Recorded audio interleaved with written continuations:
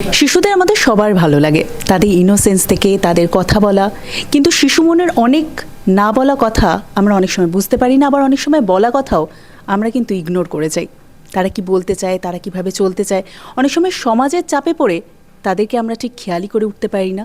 আর এইভাবেই জমতে জমতে একটা সময়ের পর কিন্তু তাদেরকে অপরাধের দিকে আমরাই কোথাও ঠেলে দিচ্ছি। ঠিক এইরকম একটি সিরিয়াস ইস্যু নিয়ে ছবি যিনি নিয়ে আসতে চলেছেন তিনি সৌকর্য ঘোষাল, এবং আজকে সেই সিনেমা নিয়ে কথা বলার জন্য আমাদের সাথে রয়েছেন সৌকর্য ঘোষাল এবং অভিনেত্রী জয়া আহসান। সো ওয়েলকাম তোমাদের দুজনকেই জানাই। এবং প্রথমে সৌকর্যদা, তোমার কাছে আসা সেটা হচ্ছে বাচ্চাদের সাথে তোমার বোধহয় একটা ওতপ্রোতভাবে সম্পর্ক রয়েছে। প্রত্যেকবারই আমরা দেখেছি বাচ্চাদের মানসিক স্বাস্থ্য, বাচ্চাদেরকে একটু অন্যভাবে দেখানোর একটা প্রক্রিয়া থাকে তোমার সিনেমার মাধ্যমে। হ্যাঁ, বাচ্চাদের নিয়ে আমি টানা কাজ করে চলেছি প্রথম ছবি থেকে। আসলে বাচ্চাদের নিয়ে বললে অন্যায় হবে, বড়রা যতটা থাকে ছবিটাতে বাচ্চারাও ততটাই থাকে। এটা শিশু মনকে বোধহয় এগিয়ে রাখো তুমি। প্রেফার করি। এবার একটু বলো যে এই ক্ষেত্রে এইরকম একটা সিরিয়াস ইস্যু যেটা নিয়ে সত্যি কখনো কথা বলার কথা আমরা ভাবি না, সেখানে তুমি ছবির বিষয়টাকে ভাবলে। আমার যেটা মনে হলো, আমি তো এর আগে অনেকগুলো ছবি করলাম, সেগুলো তুমি যদি দেখো, রূপকথা, বিভিন্ন রকম ফ্যান্টাসি, হরর, যেগুলো আমাদের মনের উড়াল হয়, কল্পনা হয় শিশু মনের সেই জায়গাগুলো নিয়ে, শিশুদের সেই জায়গাগুলো নিয়ে, শিশুদের পয়েন্ট অফ ভিউ দেখানো। এটা করতে করতে আমার মনে হলো শিশুদের যে রিয়ালিটির সমস্যা, সেটা নিয়ে আমি এখনো অবধি প্রায় একটাও কথা বলিনি, যেটা আমার মনে হয় যেটা ক্রাইম। তো সেইটা অনুধাবন করার পরে আমার মনে হয়েছিল এরকম একটা ছবি আমি বানাবো। কিন্তু ছবিটা তো বানানোর জন্য তোমাকে যেটা লাগবে সেটা হচ্ছে যে একটা দর্শককে উপাদেয় করার জিনিস লাগবে। তখন সেটাকে আমি থ্রিলারের আঙ্গিকে চাললাম গল্পটাকে, যে একটা খুব এঙ্গেজিং থ্রিলার হবে এবং সেটা এই বিষয়টায় কথা বলবে। তো এই আইডিয়া যখন মাথায় চলছিল, সেই সময় আমার মনে আছে লকডাউন হয়। তো লকডাউনের সময় গল্পটা মাথায় আসে। তখন আমি গল্পটা লিখি, কারণ তখন আমরা সবাইকে দেখছিলাম যে সবাই পরিচ্ছন্নতা নিয়ে প্রায় একটা বাতিকের পর্যায়ে চলে যাচ্ছিল, মানুষ অবসেশনের পর্যায়ে চলে যাচ্ছিল, এত লোকের ভীতি ঢুকে গেছিল মনে। তো তখন মনে হলো যে এই তিনটে সূত্রকে যদি একটা থ্রিলার, ভীষণ এঙ্গেজিং থ্রিলার আর পিডোফিলিয়া আর ওসিডি, তিনটেকে যদি এক সূত্রে বেঁধে দেওয়া যায় তাহলে কেমন গল্পটা হয়। সেখান থেকে গল্পটা আর কি তৈরি হয়। বেশ ট্রায়াঙ্গেলের মধ্যে তুমি যাকে মধ্যমণি করে রেখেছো, তিনি আমাদেরও মধ্যমণি হয়ে রয়েছেন এই মুহূর্তে। জয়াদি, ভূতপুরি কি একবারও ভেবেছিলেন, মানে ভূত ভবিষ্যতে এরকম একটি সিনেমার কথা আর কি তুমি এখানে জড়িয়ে পড়লে আর কি? খুবই সুন্দর প্রশ্ন করলে। না, তবে মনের ভেতর সুপ্ত বাসনা ছিল যে আমি যদি এই ডিরেক্টরের সঙ্গে আবারও কাজ করতে পারলাম। তো আমি বোধহয় খুব করে চাইছিলেন, যে জন্য সৃষ্টিকর্তা মিলিয়ে দিলেন। তো তারপর আমাকে সৌকর্য এরকম একটা খুবই শক্তিশালী চরিত্র আমাকে অফার করলেন, যেটি নিয়ে আমি ভয়ও পাচ্ছিলাম। আমি জানি না এখন সৌকর্যের সাহায্য নিয়ে ওই চরিত্রটিকে আমি জীবন্ত করে তুলতে পেরেছি কিনা। এটার তো রেজাল্ট বেরোবে 6 তারিখে আর কি। আচ্ছা, রেজাল্ট বেরোনোর আগে যেটা বেরোয় সেটা হচ্ছে একটা ঝলক, যেটা ইতিমধ্যে আমরা দেখতে পাচ্ছি, এবং সেখানে সত্যি এরকম পজিটিভ কমেন্ট অনেক দিন পর পাওয়া যাচ্ছে, যেখানে একটাও নেগেটিভ কমেন্ট কিন্তু পড়েনি। আমার মনে হয় তোমরা দুজনেই সেটা দেখেছো। প্রতিক্রিয়া নিয়ে কি বলবে তোমরা এই মুহূর্তে? আমি বলবো অনেকটাই কম, কারণ কিনা আমরা খুবই, যেহেতু গল্প সব মানে খুবই স্বাভাবিকভাবে থ্রিলারের ক্ষেত্রে আরও গল্পটাকে না বোঝানোর জন্য আরও ছোট হয় থ্রিলারটা, ছবিটাতে আরও অনেকটা কিছু আছে। এবং ছবিটার বিষয়বস্তু ছাড়াও যে ছবিটাতে যেটা আছে, যেটা বারবার করে আমার মনে হয় বলা প্রয়োজন, জয়ার অভিনয় জয়া ভালো করে, এটা নতুন কথা নয়। কিন্তু আমি বলতে চাইছি যে এই চরিত্রটা যে যতগুলো অভিনয়ের পরত এবং তার যা সোয়াগ, এই চরিত্র বাংলা ছবিতে আমি অডিয়েন্স হিসেবে দেখিনি জয়া আহসানের। তো আমার মনে হয় যে এটা জেনুইনলি বলছি, এটা একদম ছবিটা থেকে পরখ করে নেওয়ার মতন, যেরকম চরিত্র জয়া আদৌ আগে মানে এই চরিত্রের কাছাকাছি কোনো চরিত্র করেছে কিনা, জয়া কিন্তু করেননি। তো সেইটা আমার মনে হয়েছে যে এই ছবিটা একটা বড় স্ট্রেংথ, এবং সেটা এতটা কনভিনসিংলি করেছে, এতটা মানে ছবিটার মানে এতগুলো মানে চলন আছে চরিত্রটার, এবং এত সোয়াগ আছে চরিত্রটার, সেইটা যতবারই দেখি মুগ্ধ। আমরা সেদিন কথা বলছিলাম যে ফাইনাল আমাদের যখন ছবিটা রিলিজ হওয়ার আগে, যখন আমরা মানে ল্যাব থেকে যখন ছবি আউট দিই, তখন তো দেখে নিতে হয়, চেক করে নিতে হয়। সেখানে আমি তখন বিভিন্ন জিনিস, সাবটাইটেল দেখতে হয়, অমুকটা দেখতে হয়, সাউন্ড আছে কিনা, লিপসিঙ্ক হচ্ছে কিনা, আমি ওগুলো ভুলে আবার ছবিতে জয়ার অ্যাক্টিংই দেখছি। আমি ওখান থেকে ওকে ফোন করলাম যে আমি আবার মুগ্ধ হলাম, এবং আমার মনে হচ্ছে এটা একটা কিছু জয়ার ক্যারিয়ারগ্রাফে এইটা চরিত্রটা কিন্তু খুব ইম্পর্টেন্ট হয়ে থাকবে বলে আমার মনে হয়। এবং জয়াদি যেহেতু চরিত্র নিয়েই কথা হচ্ছে আর কি, যে প্রত্যেকটা অভিনয়ের চরিত্র তুমি বোধহয় খুব বেছে বেছেই করো, এবং তুমি প্রত্যেকটা চরিত্র একটা চরিত্র আর একটা চরিত্রের সাথে কোনো মিল না রেখেই করো। এটা খুব কনসাস মানে ডিসিশন নিয়ে রাখো তুমি, নাকি জাস্ট তোমার কাছে চরিত্রগুলো এরমভাবে লোভনীয় হয়ে আসে যে তুমি ছাড়তে পারো না? আমি আসলে ওভাবে কখনো ভাবিনি। সবাই বলে যে বেছে বেছে করি, ঠিক সেটা নয়। আমি বেছে বেছে আমার মন থেকে যেটা আমার মনে হয় করতে ইচ্ছে করাটা জরুরি, আমি তা আগেই অনুভব করি, সেটাই আমি করি। অনেক ফ্ল্যাট চরিত্র আমার যদি মনে করি এই ছবিটার সঙ্গে আমার সংযুক্ত থাকা প্রয়োজন, আমার ভালো লাগবে, তাহলেই কিন্তু আমি সেটা করে ফেলি। এই ক্ষেত্রে একটা সাইকোলজিক্যাল বিষয় রয়েছে এবং মারাত্মকভাবে সেটা রয়েছে। সেক্ষেত্রে তোমার চরিত্রটাকে ফুটিয়ে তোলা কিভাবে, তুমি নিজেকে রেডি করলে জয়াদি?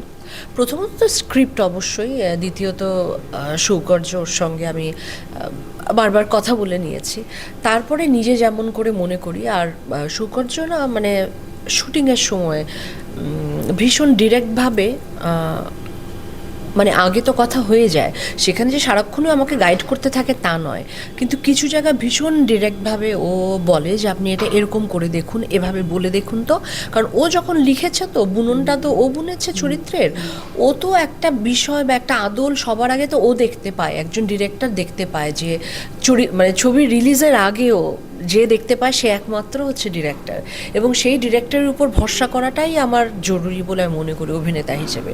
সেই জায়গাটাও প্রচণ্ডভাবে হেল্প করে যে আপনি এভাবে একটু বলে দেখুন তো, আমি এভাবে করে ভাবছি, আপনার কাছে এটা লজিক্যাল মনে হচ্ছে, তাহলে আপনি এভাবে করুন। তো সেই একটা বোঝাপড়া আমাদের আছে বলে আমার মনে হয়। এখন বাকিটা জানি না, মানে দর্শক যখন বলবে যে আসলে হ্যাঁ হ্যাঁ সেটাই ঠিক জয়াদি যেটা বললেন আর কি, সেটা হচ্ছে যে বুননের কথা, কিন্তু শুধুমাত্র বুনন নয়, মানে যতটা আমরা দেখতে পেলাম কিছু ছবি যখন এসেছে শুটিং থেকে, সেখানে দেখলাম রন্ধনের প্রতিও একটা সৌকর্যদার কিন্তু অ্যাট্রাকশন রয়েছে। তাই জন্যই হয়তো শুটিংয়ের সময় অ্যাপ্রনের ব্যবহার কি না, এপ্রনটা তো আপনার পেইন্টার ব্যবহার করে, আচ্ছা। আবার যারা মানে শিল্পী। শ্রমিকরাও ব্যবহার করে। তো আমাদের যেভাবে আমরা শুটিং করি, সত্যি কথা বলতে গেলে বাংলা ছবিতে আমরা শ্রমিকের মতন শুট করি, একেবারে শ্রমিকের মতোই শুট করি। তো শ্রমিকদের আবার জামা কাপড় ওই পরিষ্কারের জন্য দেখবে কখনো খনিতে কিংবা ইয়েতে দেখবে অনেক সময় এপ্রন পরে নিতে হয় ওরকম কাজের জন্য। তো এপ্রনটা আমার শুটিং এ মেইনলি ওই জামা কাপড় যাতে কালো ভূত না হয়ে যায় সেটাকে আটকানোর জন্য। মানে জামা কাপড়কে বাঁচানোর একটা শিপ। এটা এটা যেটাই হোক, আমি কিন্তু বলবো এটা একটা স্টাইল স্টেটমেন্ট। অনেক ডিরেক্টর মাথায় ফট্টি বেঁধে করেন, কেউ ছবিটা রিলিজ না করার পর্যন্ত চুল কাটেন না, হ্যাঁ আমি এমন দেখেছি। আবার ওকে আমি বারবারই দেখেছি ও এপ্রনটা ইউজ করে। দেখুন এটার উদ্দেশ্য একটা, এটা কিন্তু ওসিডি হতে পারে, আপনি একটা ভালো কথা ধরেছেন, আমরা এখন ওর ওসিডিটা বার করতে পারিনি। তো পূজা যে আমাদের ছবির কস্টিউম, আমাদের ফিল্মের খুব ইম্পর্টেন্ট পার্ট, ওর সহধর্মিণী, উনি নিজে জামার এবং কস্টিউম এবং ক্যারেক্টার ডিজাইন করেন, যেটা ওসিডিতে আমাদের করেছেন, ভূতপুরীতেও করেছেন। তো সব ছবিতে সব ক্যারেক্টারের ডিজাইন তারই করা। তো সেই আমি সম্ভবত সেই মনে করে এটা পড়িয়ে দেয় যে তুমি বাবা নোংরা করো না, যে সারাদিন শুটিংয়ে থাকো, নোংরা করো না। এবং আমি এটা কিন্তু ঠিক দেখেছি, ঠিকই বলেছেন যে হতে পারে। আপনার কি মনে হয় যে কোনোদিন কি আপনি ওটা ছাড়া একবার শুট করে দেখবেন, এপ্রন ছাড়া? একটা ছবি করে যে কথা বলছি না সেটা নিয়ে, এই দেখুন, তাহলে তো ওসিডি, তাহলে তো ওসিডি, ছবির সাথে তো মিল পাওয়াই যাচ্ছে আর কি। দেখলে শুধুমাত্র পরিচালকের ওসিডি নিয়ে কি তাহলে কথা হবে? যেহেতু পরিচালক পুরো সিনেমাটা তার চোখ দিয়ে দেখেন, এখানে যিনি বসে রয়েছেন আমাদের জয়াদি, তার সম্পর্কে কিছু শুনবো না? পুরো জয়ের ওসিডি তো মেন, ওটাই তো আসল, কারণ না হলে তো ওনালে এই চরিত্রটা, সে তার চরিত্রটা ভাবে বুঝতেই পারতো না। একটু শুনি তাহলে। জয়ের না, এক্ষুনি বলছিলাম, মজা করেই বলছিলাম, জয়ের অভিনয়ের যেটা কখনো কখনো খুঁতখুঁতে মিটা যায়, সেটা ওসিডির পর্যাতেই যায়।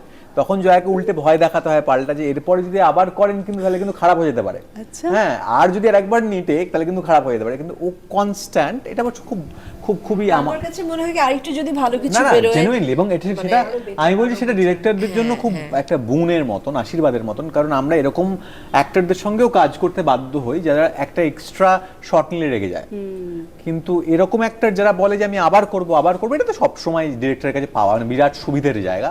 এবং এই জন্যই জয়াকে দেখবেন যারা কাজ করেন তারা রিপিট করে। এটা একটা খুব বড় ইম্পর্টেন্ট থিং, মানে বিষয়, যে একজন পরিচালক রিপিট কেন করছে, তার কারণ সেটা এই জন্য নয় যে শুধু তার সঙ্গে তার ওয়েভলেংথ ম্যাচ করে, সে এই জন্যও করে কারণ পরিশ্রমটা এত ইম্পর্টেন্ট। এই পরিশ্রম মুখী হওয়া একজন অভিনেতার জন্য, সেইটা একটা পরিচালককে অনেকটা জায়গা করে দেয়। এবং সেটাই বোঝা গেল যে ওসিডি এইভাবেই আবার পরিচালক এবং অভিনেত্রী এই বুননটাকে তৈরি করে দিয়েছে, আমরা সেটা দেখতে পেলাম। এবার একটু শিশু, যেহেতু মানে শৈশব নিয়ে কথা বলা হচ্ছে, এবং সত্যি কথা আমরা সবসময় ভাবি যে শিশুরা অনেক কথা বলে যেগুলোর উত্তর আমরা দিই না বা বুঝি না, বা অনেক সময় ইগনোর করে যাই সামাজিক বিষয় ভেবে আর কি। সেই ক্ষেত্রে দাঁড়িয়ে কী মনে হয় সৌকর্যতে, এটা প্রশ্ন তোমাকেই করব, যে কোথাও একটা এখানে দেখানো হচ্ছে যে সাইলেন্সটাই রাখা হচ্ছে, দর্শক কী নেবে ছবিটি থেকে, কিভাবে এগোবে ছবিটি দেখার পর?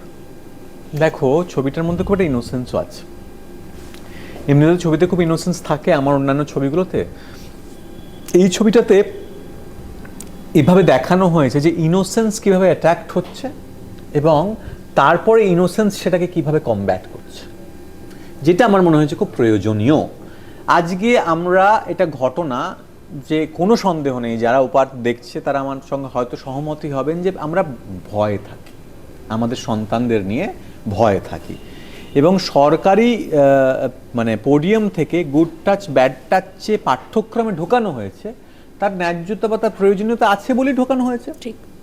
শিল্পে এইটা, আমার শিল্প যেহেতু একটা অনেকটা জায়গায় চলে যায় একবারে, একটা ঢেউয়ের মতন, শিল্পে এটা নিয়ে কথা বলা দরকার। আমরা তো অনেক সিরিয়াস বিষয় নিয়ে কথা বলি শিল্পে, আমরা অনেক প্রয়োজনীয় বিষয় নিয়ে কথা বলি, কিন্তু এটা এমন একটা বিষয় না একজন শিশুকে ভেতর থেকে নড়িয়ে দেয় এবং পরবর্তীকালে তার প্রভাব খুব বড় হতে পারে, যদি না সেটা সেই মুহূর্তে একটা নির্মূল করা যায় বা তার কিছু একটা ব্যবস্থা করা যায়।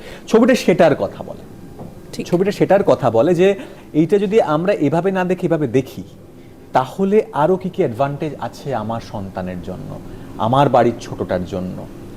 একেবারেই জয়াদি শ্বেতা চরিত্রের মাধ্যম দিয়ে প্রতিবাদের কথা বলা হচ্ছে, এবং জয়াদিকে যদি আমি জিজ্ঞাসা করি যে এই যে শিশু মনের ওপর প্রেশার পড়া, এবং সেখান থেকে একটা সময় গিয়ে তাকে দোষারোপও করা যাচ্ছে না, কারণ সেই সময়টা তার কেউ কথা শোনেনি, সেটাই জমতে জমতে আজকে এই রাস্তাটা তাকে দেখতে হয়েছে।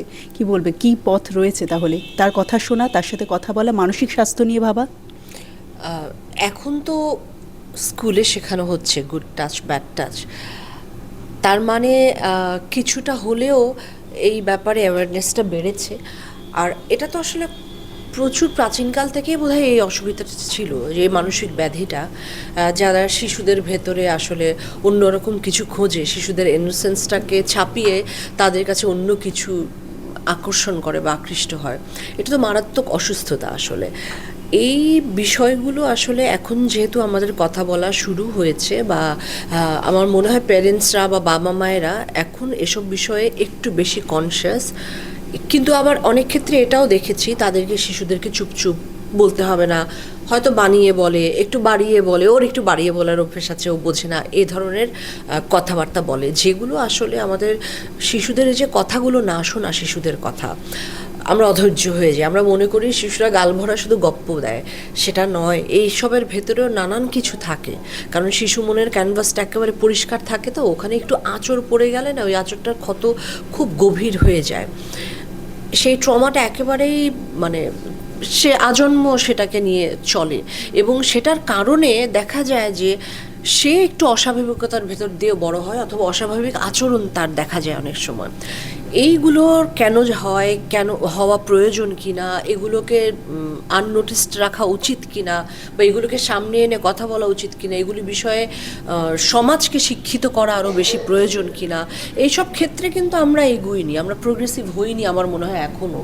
সেই আমরা যদি বলি সেই গ্রামের মতোই রয়ে গেছি।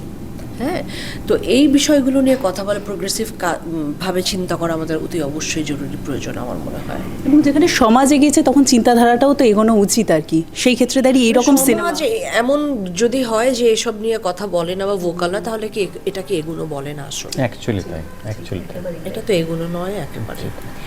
সৌকর্যদা, ওসিডি শুধুমাত্র যে এইভাবে মানে একটা কারণে হয় সেটা তো নয়, তাহলে তুমি ওসিডি নামটা কেন বেছে নিলে সিনেমার জন্য? বেছে নিলাম এই জন্যই, কারণ ওর মানে জয়া যে চরিত্রটা করেছে শ্বেতা বলে, সে ছোট থেকে বিশ্বাস করে cleanliness is godliness. Actually OCD কিন্তু ছবিটাতে দেখবেন যে লোগোটা, তার 3 নম্বর অক্ষরে একটা জিজ্ঞাসা চিহ্ন আছে। ঠিক। তো এটাই ওর কোয়েস্ট, যে আমার কি ওসিডি আছে। তার কারণ এই চরিত্রটা বিশ্বাস করে যে ক্লিনলিনেস ইজ গডলিনেস, এটা বিশ্বাস করে। এবং সেটা এমন যে সেটা কেবল বাহ্যিক পরিচ্ছন্নতা নয়, মানে টেবিলটা কিংবা রাস্তাটা কিংবা বাইরের গেটটা পরিচ্ছন্নতা নয়, রাস্তা দিয়ে যে লোকগুলো যাচ্ছে তাদের মনটা কত পরিষ্কার, তারা নোংরা যদি হয়, তাদের মন যদি নোংরা হয়, তাহলে সমাজটা পরিষ্কার নয়। তো এর একটা সমাজপ্রেমী, এবং সেই পরিচ্ছন্ন জায়গাটা আন্তরিক জায়গায় চলে যায়, বাহ্যিক জায়গা ছাড়িয়ে। তো সেই জন্য শ্রীটাকে আমি মেলাতে চেয়েছি, এক। আর 2 নম্বর হচ্ছে ওই যে দায়বদ্ধতার জায়গা থেকে দাঁড়িয়ে জয়ার চরিত্রটা আমার অন্যান্য এর আগের ছবিতে যত চরিত্র করা হয়েছে তার থেকে এই শ্বেতার চরিত্রটা একদম আলাদা। এই জন্যই কারণ প্রত্যেকটা ছবিতে ছোটদের সঙ্গে যে বড় চরিত্রগুলো খুব ইম্পর্ট্যান্ট রোল প্লে করে, দেখবেন তারা ওই ছোটোর সঙ্গে তাল মিলিয়ে তারা ছোটদের সাহায্য করছেন কিংবা তাদের জায়গা করে দিচ্ছেন। এটা প্রথম ছবি আমার যেখানে একটা প্রাপ্তবয়স্ক ক্যারেক্টার ছোটদের জন্য একাই লড়াই করতে নেমে পড়ে এবং তার পরিণাম সে তোয়াক্কা করে না। তো এটা ওদের প্রথম চরিত্র আমার লেখা প্রাপ্তবয়স্কদের জন্য, যারা ছোটদের জন্য লড়াই করতে রাস্তায় নেমে পড়লো। একেবারেই। এবার এটা শোনার পর তো অপেক্ষা আর বেশিক্ষণের করা যায় না আর কি, কারণ খুব তাড়াতাড়ি আসতে চলেছে প্রেক্ষাগৃহে। তবে আমার ওসিডি যেটা, সেটা আমি এখনো অবধি বলিনি, সেটা হচ্ছে জয়াদের সোশ্যাল মিডিয়ায় গিয়ে রন্ধনের যে এক একটি ভিডিও থাকে সেইটা দেখা আর কি। সেটার প্রতি আমার প্রচণ্ড একটা ওসিডি কিন্তু রয়েছে, মানে না দেখলে সারাদিনে ব্যস্ততার পর ওটা দেখা মানে হচ্ছে গিয়ে একটা মেন্টাল স্যাটিসফ্যাকশন। একটুখানি শুনি জয়াদি যে বাড়িরই সেই মানে সবজিগুলো নিয়ে এসে রান্না করে এবং সকলের সাথে শেয়ার করা আর কি। পেট ঠিক আছে তো?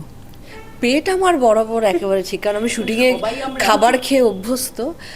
বাইরে যে কোনো জায়গায় খাবার খেতে আমি লোহা হজম করে ফেলতে পারি, সেটা অসুবিধা নেই। পাথরও খেয়ে নিতে পারি। হ্যাঁ, ইদানিং নাকি পাথর খায়, দেখেছেন তো? আফ্রিকাতে না কোথায় যেন দেখেছি তুমি ওটা পাথর খায়। তো ওটা আমার এখন নেক্সট আমার উইশ লিস্টে ওটা আছে যে আমি পাথরটা টেস্ট করব। হ্যাঁ খায়, হাসছেন কেন? আমি মাটির চায়ের ভাঁড় খেতে লোকটা দেখেছি। ওগুলো তো খায় ওটা। হ্যাঁ, ওটা কিছু প্রেগনেন্সি হলে তখন মহিলারা খায়, ইটের টুকরো ভেঙে খায়, তারপরে মাটির হাঁড়ি পাতিল ভেঙে খায়। আমি আমার একটা কাজিনকে দেখেছি মাটির হাঁড়ি পাতিল খেলতে দিত না, ছোট ছোট, ওগুলো ভেঙে কটকুট করে খাচ্ছে, গিলছে।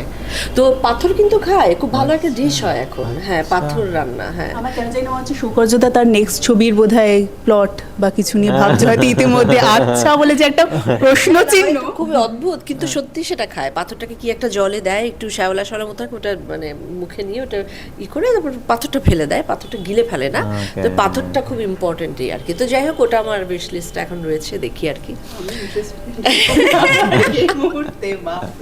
হ্যাঁ হ্যাঁ, তবে কয়লা ফয়লা বোধ আমি 2-1 মুখে দিয়ে দিয়েছি খেতে কেমন। আসলে আমার কি হয় জানো তো, ছোটবেলা থেকে ওসব করছে আমার এটা একটা মজার গল্প আর কি। আমার ছোটবেলা মানে আমার ছোটবেলা আমি দেখতাম যে, আমার মনে আছে যে আমি ভারতেশ্বরী হোমসে পড়তাম যখন, আসলে যেটাকে সত্যি শৈশব বলে, সেই সময় দেখতাম সবাই খেলাধুলা করছে বা কিছু করছে, আমি গিয়ে আমাদের হস্টেলের পিছনে, বহু পুরনো একটা হস্টেল, এটা খুবই নামকরা, তো ওখানে পেছনে একটা ছোট জঙ্গলা মতো একটা ছোট একটা জঙ্গল মতো একটা জায়গা, ওখানে গাছের গুড়ির উপর সিসা বানিয়ে বসে আছি। ভূত প্রেত যে আপনার গাছে উঠেছেন না, আমাকে কি খুঁজে পাচ্ছে না, আমি উপর দিকে তাকিয়ে দেখে আমি ওখানে ঝুলে বসে আছি। এবং আমার একটা অদ্ভুত অভ্যেস আছে, আমি মানে কখনো বলা হয়নি অন ক্যামেরা, সেটা হচ্ছিল প্রত্যেকটা গাছের পাতা টেস্ট করা, মানে এটা টেস্ট কি হবে, এবং মানে কিউরিওসিটিটা আর কি। কিউরিওসিটিটা, হ্যাঁ। আবার সব গাছ, মেহগনি গাছের বীজ যেটা তেতো, মানুষ মরে যাবে খেলে, ওটাও আমি খেয়ে নিয়েছি। যে আমার কাছে ওটা মনে হয়েছে, ওটা আমার যে কোনো ফল দেখলেই গাছে ওটা আমার খেতে পেটের ভেতর ঢোকাতে ইচ্ছে করে। তো এরকম করে একবার ছোটোবেলায় একটা ওই যে বেগুনের মতো ছোট ছোট একটা গ্রামের দুপাশে রাস্তায় হয় না, একটা কাটা গাছ মতো একটা ঝোপ, একটা খুব ছোট ছোট এতটুকু লাল লাল বেগুনের মতো বা টমেটোর মতো ফল ফলে, কাটা গাছ, হ্যাঁ কাটা গাছের মতো। তো ওটা একবার খেয়ে নিয়েছিলাম, পর গ্যাস ফর্ম হয়ে ভীষণ রকম মাত্রা অসুস্থ হয়ে পড়েছি। ওটা বিষ। আমি শুধুমাত্র ধুতরাটা খাইনি এখনো, তো হাতে নিয়ে আমার বারবার মনে হয়েছে মুখে দিয়ে একবার টেস্ট করবো কিনা। মানে আমার অবসেশনটা এত লেভেলের গাছের গোটা খাওয়ার ক্ষেত্রে, এবং আমার ছোটবেলায় সবচেয়ে ফেভারিট ফল ছিল হচ্ছে আপনার, অন ক্যামেরা বলছি বাট আলাপ উঠছে বলে, কাবেরি গাছ, করবি গাছের গোটা দেখেছেন সিঙ্গারার মতো, আমি ওগুলো খেয়ে নিয়েছি পেকে। আমাদের বাসার পাশে স্ল্যামে থাকতো, কিছু বাচ্চা আসতো বাড়িতে ঢুকতো, তো আমাকে বলতো জানিস এটা কি মজা, তুই খেয়ে দেখ এটুকু। তাই কেমন করে খায়, একদিন মায়ের সাথে দেখে আমি গোটা খাচ্ছি, ওটা খেলে নাকি ওটা নাকি বিষকরবী বলে একটা জিনিস আছে, সব করবি না বিষকরবী, যে মাইকের মতো হলুদ ফুল হয়। তো বলে শোন, এটা দেখে বন্ধু বলতাম আবার আমাকে, পুরো গায়ে কোনো কাপড় নেই, পুরোনো একটা কি একটা নেংটি মতো পড়ে আছে, এরকম করে গাছটা ঝাঁকি দিয়ে বললো শোনো যেটা এক ঝাঁকিতে যে ফলটা পড়বে ওটা খাবে, ওটা পেলে চেয়েও মজা। তো আমিও এরপর থেকে আমার অভ্যাস হলো ওটা খাওয়া, মানে আমি খেয়েছি ওটা অনেক মানে অদ্ভুতভাবে, একটু অ্যাপেলের মতোই, একটু ওপরতে খুব কম মাংসল একটা, তাহলে আপনার কিছু হবে না। মনে হয় কিছু হবে না। ওটা খেয়েছি, কোন পাতা না আমার বাকি আছে এখন, শুধু আমার ওই কচুরি পানাটাই খাওয়া বাকি আছে, এখন শুনছি ওটা অনেকেই খায়। তো আমার মা বলে তুই তো গরুর জন্য খাবার রাখবি না, তুই তো গরুর জন্যও খাবার রাখবি না, সব পেটে ঢুকিয়ে দিস, মুখে ঢুকিয়ে দিস। তো আমার ভীষণ আগ্রহ হচ্ছিল এই প্রত্যেকটা জিনিসের কি স্বাদ। ডাল পারলে ডাল কামড় দিয়ে দেখি যে ওটার ভেতরে, হ্যাঁ মানে এটা আমার অদ্ভুত, মানে আমি আসলে এত ভালো লাগে আমার মনে হয় যে আমি সব ভেতরে ঢুকিয়ে নিই। আর আমার ছোটোবেলাতে অদ্ভুত অভ্যাস ছিল যে মানে ফুল দেখলে, সুন্দর জিনিস দেখলে আমার খেয়ে ফেলতে ইচ্ছা হয়, তো ফুল খেতাম, ফুল দেখলে মাঝে মাঝে খেয়ে ফেলবো, ওকে পেটের ভেতরে ঢুকিয়ে নিই, এটা আমার হয়ে যাবে। রঙ্গন ফুল আমি খেয়েছি, রঙ্গন ফুল তো অনেক খেতাম আমার ছোটবেলায়। মধু বার করি আমরা, সেটা আছে। তারপর কাটা মুকুট গাছের ফুলের ভেতরে তো মধু, সকালবেলা ওটা কাজ ছিল হলো কোন গাছে মধু জমেছে, আমি সব কাজিনরা ওঠার আগে আমি মধুগুলো শেষ করে ফেলবো, মানে আমার অদ্ভুত মাধুবিলতা দিয়ে সে নখ বানানো, ফুলের মধুটা খাওয়া, মানে এরকম আর কি। তো যাই হোক, আর ওই গোলাপ ফুল তো খাওয়া তো আছেই, গোলাপ ফুল খেয়ে নিতাম, ওটা তো খায় গোলাপ ফুল, গোলাপ তো খায়, হ্যাঁ, বাট ওরকম ওই যে কাঁচা চিবি এমন করে খেয়ে ফেলা এসব ছিল, একটু উইয়ার্ড ছিলাম, এখনো নেই। তবে এখনো পাতা খেতে আমার খুব ভালো লাগে, যে কোনো পাতা, ঘাস, আমি না ঘাস ভাজি ছাড়া সব খেয়ে নিয়েছি। না না, হতেই পারে, কোন আমরা শুধু শুধু ভাবি যে আমরা সব আবিষ্কার করতে পেরেছি, অবশ্যই হয় না। সে একজন খুব ভালো বলেছিল, সে ফুল ভাল লাগে, ওই জন্য আমার ফুল ভাল লাগে না কুমড়ো ফুল ছাড়া। এটাও বেশ ভাববার বিষয় আর কি। কিন্তু আলটিমেটলি আমরা সেই রান্নাতেই চলে এলাম, তার কারণ তোমরা অলরেডি রেধে বেড়ে রেডি রেখেছো 6ই ফেব্রুয়ারির জন্য ওসিডিকে নিয়ে। তো সেই ওসিডি আসতে চলেছে দর্শক মহলে, কি বলবে দর্শকদের দরবারে 6ই ফেব্রুয়ারি ওসিডিকে নিয়ে? ছবিটা এতদিন ধরে আমরা বানিয়েছি, ছবিটা আমাদের ছিল, এখন আপনাদের হয়ে গেল। ছবিটা যখনই দর্শক দেবে, এবং দর্শক দেখলেই ছবির সার্থকতা। এখানে এত প্রয়োজনীয় দুটো বিষয় নিয়ে কথা বলা হয়েছে, ডিল করা হয়েছে, আমার মনে হয় দর্শকদেরও দায়িত্ব রয়েছে। শিশুদের জন্যে, শিশুদের হয়ে বলা একটি গল্প, যেই গল্প কখনো বলা হয়নি, যেই কথা কখনো বলা হয়নি, এটাকে গল্প বললে ভাববেন না গাল গপ্প, এটা হলো একেবারে সত্যিকারের যে কথাগুলো বলা হয়নি, যেটা শিশুদেরকে নিয়ে আমাদের এত চিন্তা, এত উদ্বেগ, কিন্তু এত ইম্পর্টেন্ট মেজর একটা ইস্যু, সেই ইস্যুটাকে আমরা ইগনোর করে যাই, যাতে আমাদের কমফোর্ট জোনটা নষ্ট না হয়ে যায়, সেই বিষয় নিয়ে কথা বলা হয়েছে। তাই বলে আমি বলছি না যে বাড়ির শিশুদের নিয়ে আপনি দেখতে পারবেন না, বাড়ির শিশু বড় সকলকে নিয়ে একসঙ্গে দেখবার ছবি, এবং দেখতে হবে, এটা আপনাদেরও দায়িত্ব রয়েছে এই ছবিটিকে দেখবার, সফল করে তুলবার। এই জন্য বলছি 6 ফেব্রুয়ারি ওসিডি রিলিজ করছে সৌকর্যের সঙ্গে আমার দ্বিতীয় ছবি। আমার মনে হয় প্রথম ছবিকে যেমন আপনারা ভালোবেসেছেন, দ্বিতীয় ছবিটিকেও আপনি অ্যাপ্রিসিয়েট করবেন। 6ই ফেব্রুয়ারি আমাদের ওসিডি রিলিজ করছে সিনেমা হলে। আমার মনে হয়েছে এটা খুব একটা প্রয়োজনীয় ছবি, ছোটদের নিয়ে দেখতে যাওয়ার ছবি, এবং আমার মনে হয় এটা ছবিটা নিয়ে কথা বলাও প্রয়োজন খুব। তো আলোচনারও মানে আদান প্রদানের জায়গায় এই ছবিটা, এবং ছবিটা একটা খুব অন্য ধরনের থ্রিলার, খুবই অন্য ধরনের থ্রিলার বলে তো আমরা এখন অনেক থ্রিলার দেখি ঠিকই, কিন্তু আমরা চেষ্টা করেছি একটা অন্য ধরনের থ্রিলার বানানোর। আপনারা যদি এই ছবি দেখে মনে করেন যে এই বিষয়ে আরও বেশি কথা বলা দরকার, তাহলে ছবিটার সার্থকতা 6ই ফেব্রুয়ারি আপনার নিকটবর্তী সিনেমা হলে। একেবারেই আমার আর নতুন করে বলার কিছু অপেক্ষা রাখে না। এই যে ঠিক যেরকম প্রশ্নবোধক চিহ্নটা ছিল ডিতে, সেই উত্তরটা দর্শকরাই খুঁজুক। সমাজের চাপে পড়ে কখনো কখনো আমরা যারা অপরাধী তাদের থেকে বেশি যারা ভুক্তভোগী তাদেরকেই হয়তো বেশি কাঠগড়ায় তুলে ফেলি, তাই নয় কি? সেরকমই একটি প্রশ্ন অবশ্যই রয়েছে, তবে ওসিডিতে যে প্রশ্নবোধক চিহ্নটি রয়েছে সেটা আদৌ ওসিডি নাকি নয়, সেই প্রশ্নের উত্তর তো অবশ্যই আপনারা খুঁজবেন, কারণ 6ই ফেব্রুয়ারি দর্শক মহলে দর্শকদের দরবারে আসতে চলেছে ওসিডি। আর এই প্রশ্নের উত্তর খুঁজতে অবশ্যই আপনাদের যেতে হবে আপনাদের নিকটবর্তী প্রেক্ষাগৃহে। আর এরকম আরও ইন্টারভিউ দেখার জন্য অবশ্যই নজর রাখুন আমাদের চ্যানেলে। আর এই ইন্টারভিউটি কেমন লাগলো অবশ্যই জানাতে ভুলবেন না।